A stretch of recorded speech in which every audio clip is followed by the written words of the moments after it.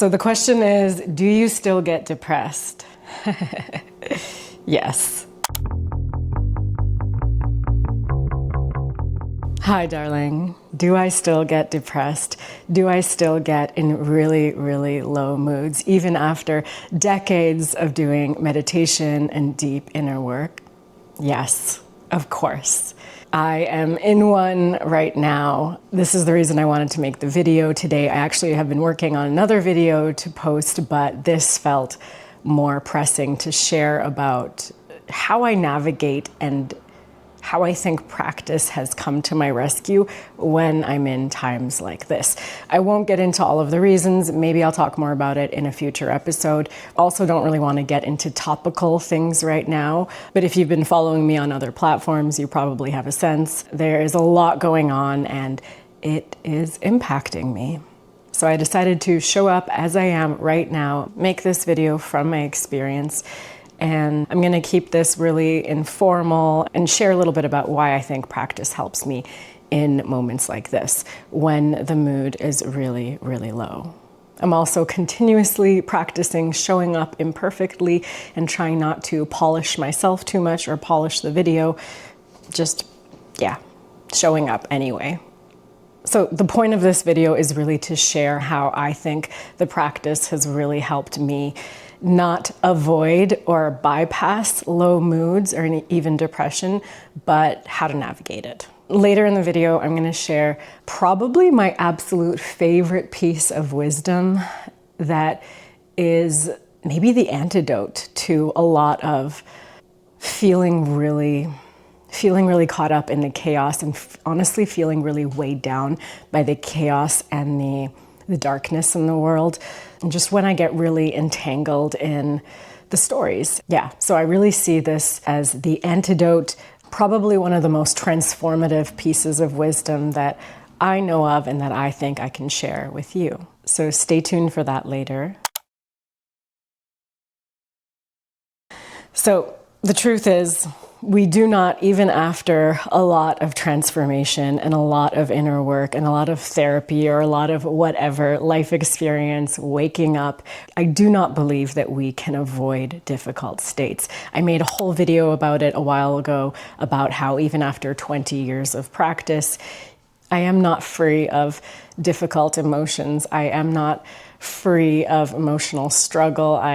I'm not free of depression, and certainly I still have my personality and my tendencies. What has really shifted is how I meet it all, how I hold it all, and this is the point of this video. The reason I talk a lot about guiding questions and the importance of having guiding questions to be able to lead or guide ourselves is to develop this habit of being able to pause and check in wherever you are.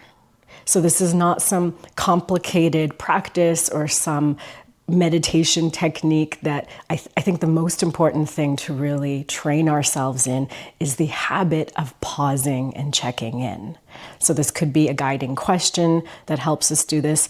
You could actually have to put sticky notes and objects around your home and in spaces where you think you're going to see them. You might have to set alerts on your phone. Whatever way that you find that really helps you to just pause and do this U-turn kind of and come back and really pay attention to what's happening right here and notice. It is the most powerful skill that we will ever be able to develop. And here's why. Most of the time when we aren't feeling balanced or peaceful or present, there is some sense of being in resistance, being in a place of not being okay with the way that things are. Instead of being present and open and allowing for experience to unfold around us and within us the way it is, there's this sense of judging it for being wrong, not good enough, not the way that we want it to be. So this non-acceptance is really what causes us most of our difficulty. So when we take that pause, when we stop and really notice what we're doing, and we can call this practice of self-inquiry. Self-inquiry allows us to interrupt that reactivity that has been going on. And all of a sudden, we can choose, instead of reacting, usually reacting by judging it as being not okay, we can choose to let go of that reactivity and instead open up to the moment and choose to be in a space of compassionate witnessing. So this is that, you can call it presence, you can call it kind attention. So it's really a completely different way of being with experience, both outer experience and inner experience. And this pause does something really incredible in that the pause and the paying attention and the self-inquiry, or asking yourself, what is really happening right now? And then really feeling into it. This interrupts our autopilot. This interrupts our default mode. This interrupts our conditioning and our old patterns and our mindless ways of being and reacting to the world. That place of reactivity is also that place of storytelling and judging, of saying, this isn't good enough, this is not okay, maybe I'm not okay, something is wrong, again, something needs fixing. And that default habitual habit of reacting to things, reacting to experience in that way, that's what fuels what might just be a passing emotion or some kind of sensory experience, and really fuels it and makes it recur over and over again, seemingly persist for so long, and can turn into a bad mood or something more severe. That interruption that the pause brings us can help us shift away from the mindless habitual, usually focusing on what is wrong or something negative, to shifting to focusing on what is right. And that gives us agency, and that empowers us to be a little more free. I'm not saying it's easy and it's just a matter of pausing and paying attention to something different. But that shift in paying attention to what's happening right here can really open us up to understanding our needs in the moment, deep in the body, and taking action to meet those needs. Essentially becoming conscious to take care of ourselves. And again, here I'm not talking about clinical depression or trauma that needs more care than just how we're thinking about things or how we're paying attention. But I would say day to day, for a lot of us, for just managing our moods, then this practice of pausing and self-inquiry and asking ourselves questions and really listening to those needs can be incredibly transformative. The other beauty of this pause or this interruption is giving us a chance to reconnect with wisdom and perspective and clarity, so we can see things in a different way and maybe feel differently about things. You probably have had so many glimpses of really, really profound wisdom and clarity. And that's felt really liberating in the moment, but we keep getting caught up because we live here in this realm of form, and we just keep getting caught up and we forget, and we remember again and we forget, and that really is the practice. And so that pause, and not just that pause, but that habit of checking in, okay, where am I, what's going on, can help to really notice when you really have drifted off, and so that you can then be empowered to bring yourself back. And yes, that might mean noticing your needs and meeting your needs. And yes, that might mean self-regulation. Yes, that might mean noticing where you're paying attention and paying attention to all that is good around you. And all of this can be really helpful to shift our mood.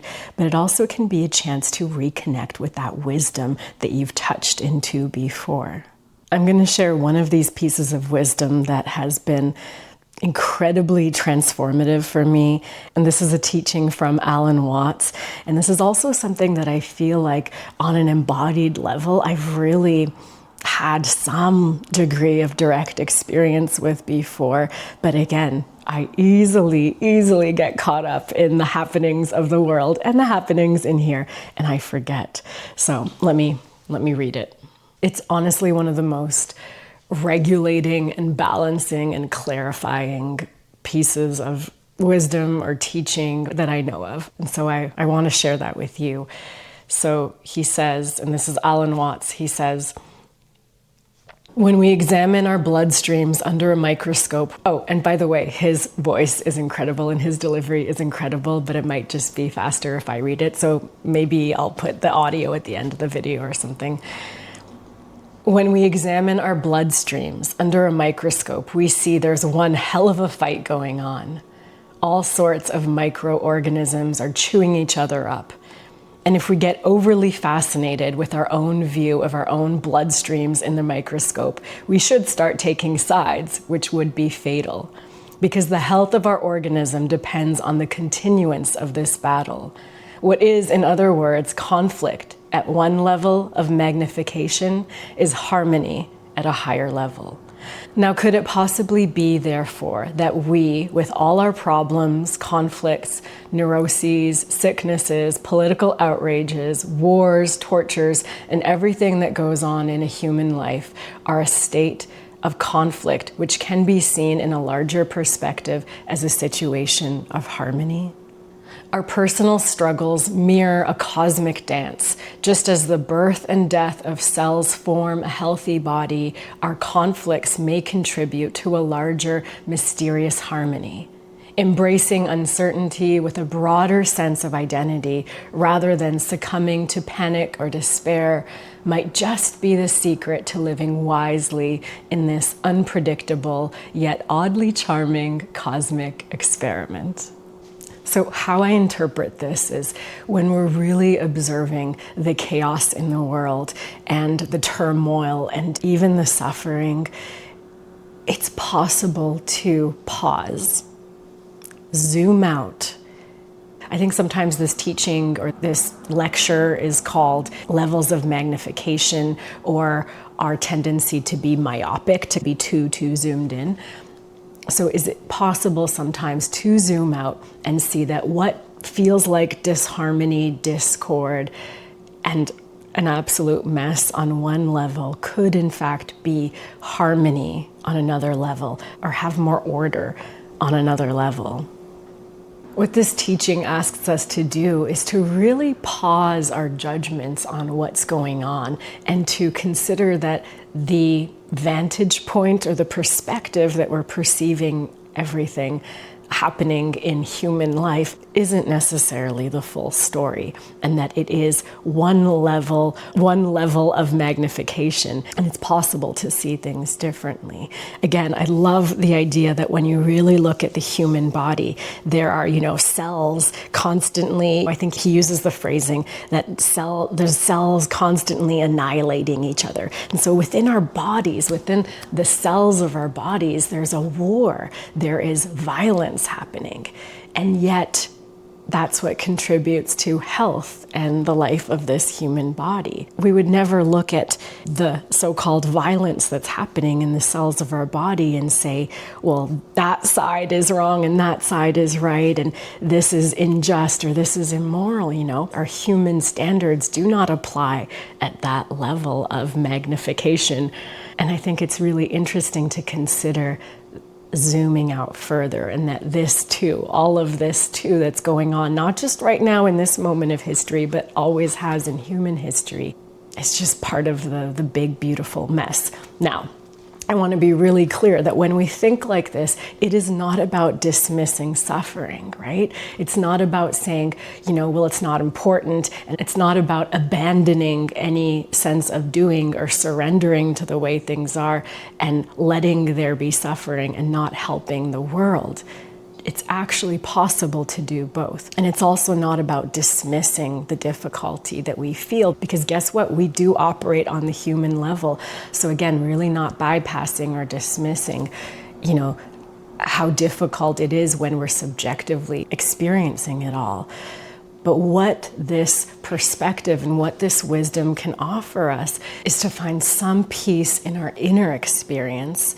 And from that place of more inner calm or more inner acceptance, from there we can more effectively go out and make change and take action if that's the necessary thing to do. How can we change anything if we don't accept it first, right? So this is what I really come to, and this is what I often take solace in moments like this in my life. It's these pauses, this practice of pausing and noticing and checking in and asking ourselves what's happening that can really give us the space and the agency to reorient, reset, and remember. Honestly, remember the wisdom that we already have. Remember some of these truths. And so, yeah, the moods still happen. The feeling really low still happens. Depression even still happens. Especially for me, I do have this conditioning, these tendencies toward worry and anxiety and depression. And yet it's possible to interrupt that automatic reactivity, that default mode of being, and to reconnect with a wiser perspective, a wiser and a wider perspective, and have a little bit of relief. All right, that's all I have for you today. Thank you for being here with me. I will put the links to some of the quotes from the Alan Watts lectures that I shared today. I will put those in the description of this episode. I am also working on another video, which I sort of intercepted the order of things because I really wanted to share this today, and hopefully that one will be coming out soon. I am able to spend less time on videos and editing these days, but I still very much enjoy connecting with you this way and sharing in this way. So you'll still see me around. Hope you stick around. And I'm really curious what you think of this shifting of our level of magnification, this zooming out. And does that resonate with you as much as it resonates with me? And do you have something else that really helps bring you clarity and perspective and wisdom and a little bit of peace in times of war, inner or outer war? Thanks again for being here. It feels good to be here together in all of this. I love you, and I'll see you next time.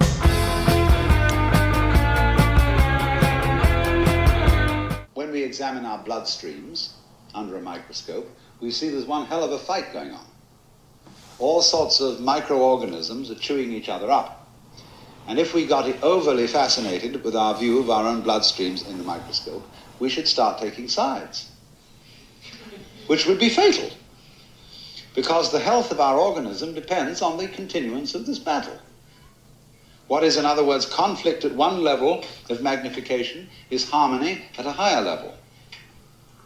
And could it possibly be, therefore, that we, with all our problems, conflicts, neuroses, sicknesses, political outrages, wars, tortures, and everything that goes on in human life, are a state of conflict which can be seen in a larger perspective as a situation of harmony? Well, it is claimed, you see, that some human beings have broken through to that vision.